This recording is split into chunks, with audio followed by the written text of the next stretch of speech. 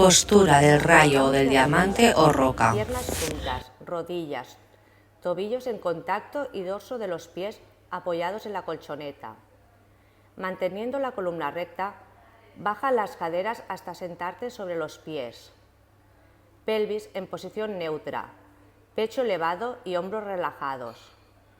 Autoelongamos la columna vertebral y mantenemos la posición de 1 a 3 minutos, con una respiración relajada, inhalando por la nariz y exhalando por la boca.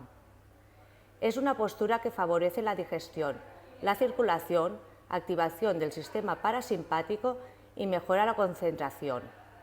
Además, comprime el canal inguinal y evitará la protrusión del contenido abdominal. No realizar el ejercicio en caso de dolor o lesión en las rodillas.